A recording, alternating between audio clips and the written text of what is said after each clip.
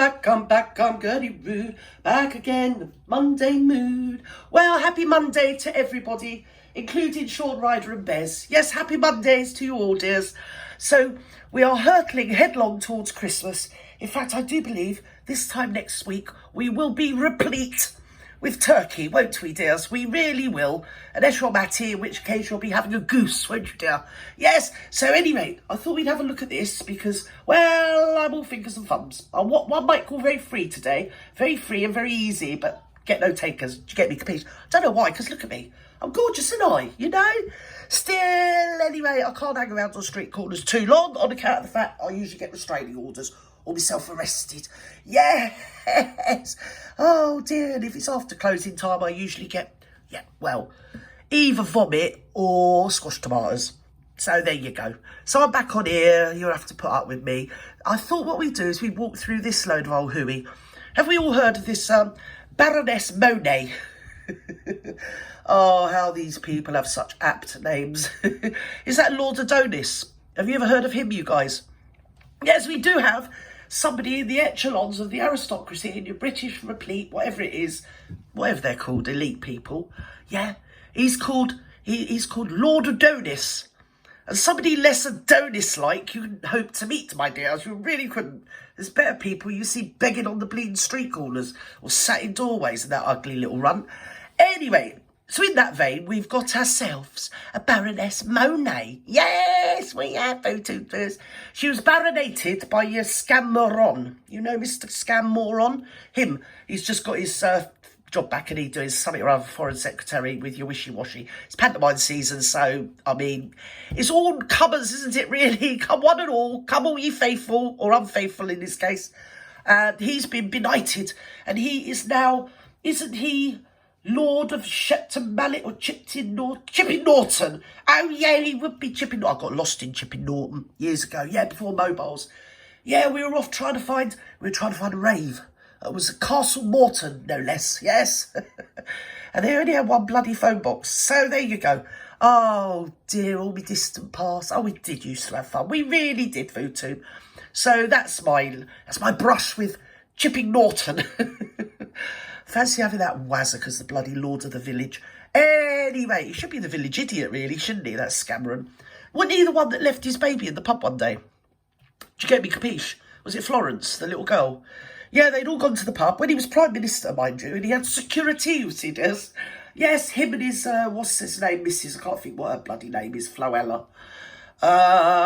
Went to the pub, had the baby with them, and left the baby there. Forgot they had the baby with them. Yes, now, if that was anybody else, I think you'd have what one might call the social services. Or if you're in America, child services, isn't it? Yes, round at your door to swiftly take your children away and put them in foster care, some middle-aged knobs. They'll probably join Scientology with them or something that they usually do. Either that or they seem to go missing. Yes, I'm not going to talk about that anymore in case I get myself into trouble and I don't want to divest or digest. So we get back to Baroness Monet. Let's backtrack. Tory peer. Peer, my fat ass. Admits error. Yes, she reminds me very much of the Sir Tom family. Was his name Major Tom? Major Tom. Is it Major Tom? Or was that Dave Bowie? Oh, I'm getting so confused. I've had too many mince pies for you two viewers.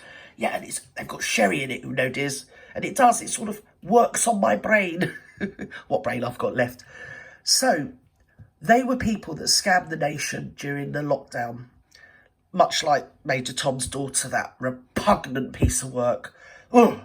And actually, if you put the two interviews together, they sound very much the same. I didn't do nothing wrong. Everybody's being mean to me. Oh, the things that people are saying about me in the media. All right, yeah, I did it. But I mean, you know, media's being nasty. Social media's being really mean. I'm really upsetted, I am. I'm a victim. I really am. I was trying to victimise everybody else, but now I've been bubbled up. I am, in fact, what one might call the victim. I need some compo as well. Oh, poor me. Even though everything is absolutely bang to rights. So she's admitted that what we all knew is that she scammed the nation, much like a lot of these bleeding ne'er-do-wells, including, I might say, the brother of the woman that what's his name, Hancock, was molesting, or actually, he weren't molesting, she was quite enjoying it. I mean, really, you know. Oh, dear. So, thank God it isn't lunch. Yeah, Hancock gave his to-be brother-in-law £1 million contract, or it might have been more than £1 million to produce PPE. Everybody was being produced PPE, please produce PPE.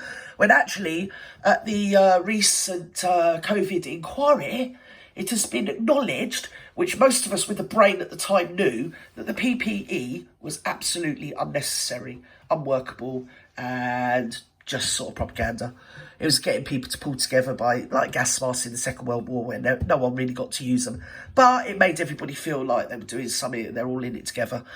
But unlike in the Second World War, you could get yourself in a whole lot of trouble. Yes, if you didn't have a bloody mask on. It's all over YouTube. You see people getting thrown out of supermarkets because they didn't have a mask. I didn't wear a mask. I didn't care. It didn't worry about me anyway. So, yes, don't worry about people such as me. Just low-life scumbags, you know, dear. And that is the way I do like to keep it. So we'll jump in and listen to what Sir Rod of Lidl has got to say. And if he's not a sir, he bloody well should be. Come on, Rod. An attempt from Michelle Mone to say, OK, I'm going to come clean and try and persuade the public that I didn't do anything too bad. Did she convince you, anyone? No. She convinced me that she's an absolutely scam artist. I've got to say, brass-necked, as someone put it. Yeah, brass-necked. More than that, she's a brass-necked opportunist. That whole thing, when you look back on it, and now nobody can take me down off YouTube for saying it. I had to be very careful what I said at the time, so I sort of boxed around it or danced around it. But we all knew at the time it was a load of hooey. Working class people were still doing exactly the same hours at the same rate of money that, everybody was before, because shops still needed to have their shelves filled, working class jobs, that sort of thing, cleaning toilets like moi. I never worked so bloody hard with all the posh people at home in London. Oh yeah, they all wanted a scrub around to clean their bleeding gaffs, they did, yes they did. I remember that bleeding, what's her name, Sue Burley, or whatever her stupid name is, Hey Burley, Hurley Burley, that one off of Sly News bin. Oh yeah, she got laid off, didn't she? She was caught getting pissed up when she sat there pontificating bloody every day of the week about, you got to wear masks, got to do this, got to do that. But that Christmas she went out and had a shindig, no masks, no social distancing, nothing. Yeah. So she was bubbled up and she got laid off, yes. And you know who was round getting the salty tears out of her bleeding axe, mister.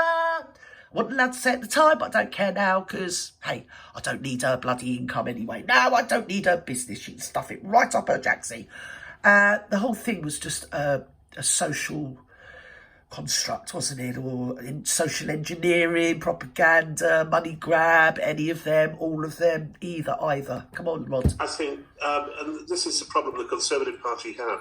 She managed to stop a bloody virus, what an awful lot of people think is the Conservative Party. Yeah. Which is a bunch of brass-necked people from poshish backgrounds. Hang on, but they're not much better in the socialists, because socialists are very sociable, aren't they? Usually with other people's money. They're all as bad. And until you get some sort of antisocial personality disorder test, or oh, look at me, I'm a grandiose narcissist test, right? We're going to have to suffer these bleeding cretins. Oh, ad infinitum. If you go through history, we've had them all, yeah? And nobody stops them. We need something to stop these people getting into positions of power. That's what we need to do. And to be fair, yeah, they're all there, aren't they? We're going to get them all again next year in the elections. Yes, we are. Wishy, bleeding, washy. The make. And who don't... Baroness Monet. Say moaning. Who have no moral compass. No moral. I mean, obviously she should go from their house. No, because they all sat there, didn't they? Every blimmin' night, like the three horsemen of the apocalypse they were called, weren't they? That Whitley's Valance, that spiteful haircut bin. Communist, what do they call her? Stalin's granny or something. She looks like Stalin's bleeding granny, like they dug her up from somewhere. Anyway, they made her a dame, so mission accomplished. And they made the others lords and sirs, didn't they? So, when I say they, I mean the Queen. So, I know I'm not allowed to say that, but it's true. So that's what happened. It was a money grab, and there's some people, powerful people at the top of the echelons of royalty and in society that made a lot of money out of AstraZeneca shares and Moderna, my dears. Yes. And I know they're all our favourite people that I mustn't say, but it's all out there. You can go and have a look. You can find out who the shareholders were and who actually, well, all of them, really. Yes, they did. They enriched themselves at the expense of people like us. Well, everybody. There's people out there didn't get cancer treatment quick enough, i.e. my husband, whose birthday would be today, be 64. Never got to sing me that annoying Beatles song, so I'm pissed off about that to start with. That didn't get any treatment and subsequently passed away last year. And he's one of hundreds of thousands. I mean, I don't know the figures, maybe millions even, that suffered unnecessarily. And let alone the people that died in rest homes on their own without being able to see their family and this, that and the other. Funerals that went ahead with nobody there. Just sick, twisted, bleeding, narcissistic psychopaths, the load of them. And then they sit there, oh yeah, I didn't do nothing wrong. I was producing PPI. Did you ever see the videos that came out of China where they produced them on mud floors? Yeah, they were just a load of kids sat on the floor with Mickey Mouse bleeding sewing machines, sewing them up and chucking them down on the bleeding mud floor. I mean, in what way is that going to protect you from anything? They're filthy before they get here. Anyway, move on. Come on, shut up, Gert. You said too much. Obviously. It's all a scam. Rich got richer and the poor got poorer. Or at least resigned temporarily. But she should... And here's another thing. How many of you got bleeding furlough? Because I know I bloody well didn't. No, never been support. Oh, look at this. I've been up Poundland. I've got Poundland. Oh, I have. And now I'm called Michelle Boney, the Baroness. Well, it's pantomime season, as I've already said. So here we have her. She, the ugly sister. Yes, behind you, my dear. Go on. Been taken on. This is a woman who... She's a cowbag of the highest order. She'd been peddling these prison diet pills, which were of extremely questionable efficacy. She gives me Lizzie Cundy vibes, that thing. Yeah, and I said Cundy. D. I could have said the other one, but I won't. Because it's if too much, get myself into trouble. I don't want to do that. Not before I've had my Christmas pudding. Yeah, so somehow or other, she's sucky down on her knees to the right people, and this is where she's ended up.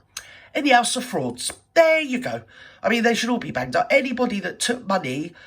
or gave out contracts at that time should all be up in blood, mind you. You couldn't get them in court, could you? Courts are all bunged up with bleeding Barry the Basmeister, aren't they? So she'll probably get off to fight another day, and next time there's a cold or something that they've imagined, yes, she'll be back again. And so will Handcock and all the other merry little bleeding men. Oh dear, I hope the fleas of 1,000 camels infest her bloody pubic hair. Bye-bye now.